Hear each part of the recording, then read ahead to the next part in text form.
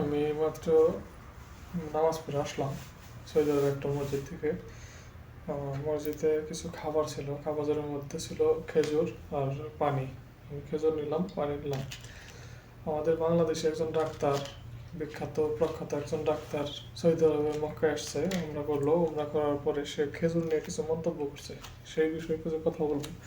তা হলো, ওনার এই খেজুর নাকি ওনার রুচিতে আসে নাই, তার জন্য উনি খায় নাই। আর তাছাড়া বাকি যে খাবারগুলো ছিল ওইগুলো খাইছে। আর তার মধ্যে কিছু খাবার প্রসেসিং ফুড, যেগুলো হাতে প্রসেসিং করছে, ওইটাও উনি খায় নাই।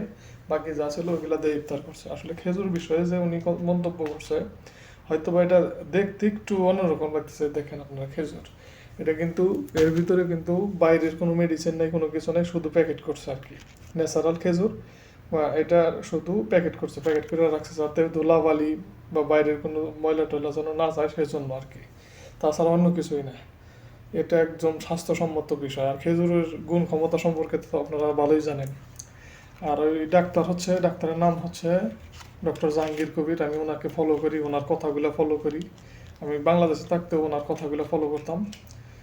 উনি একজন ডায়াবেটিক বিশেষজ্ঞ, স্বাস্থ্য বিশেষজ্ঞ বিষয়ে খুব পারদর্শী একজন মানুষ। ডায়েট কীভাবে কন্ট্রোল করতে হয় এই বিষয়ে আর কি। কিন্তু ওনার সব কিছুই ভালো লাগছে, শুধু এই খেজুর নিয়ে উনি কিছু মন্তব্য করলো, তাও আবার সেই মক্কার ওখান থেকে ইফতার, ওই জায়গার ইফতার নিয়ে আর কি। সেই জন্য আমি তীব্র প্রতিবাদ জানাইছি। এই জিনিসটা একদম স্বাস্থ্যসম্মত খাবার। এর ভিতরে কোনো মানে অখাদ্য বলতে কোনো কিছু নাই, সব ভালো জিনিস আর কি। এটা প্যাকেট করছে আর কি, প্রসেসিং করছে, তাছাড়া অন্য কিছুই না। স্বাস্থ্যসম্মত একদম খাবার। আপনার রুচির সাথে সৌদি আরব চলে না, ঠিক আছে? আপনি রুচিতে না বাঁধলে না খাবেন, কিন্তু এইভাবে বলাটা আপনার ঠিক হয় নাই যে রুচিতে বাঁধে নাই। আপনার রুচি দিয়ে কি যাই বসবো?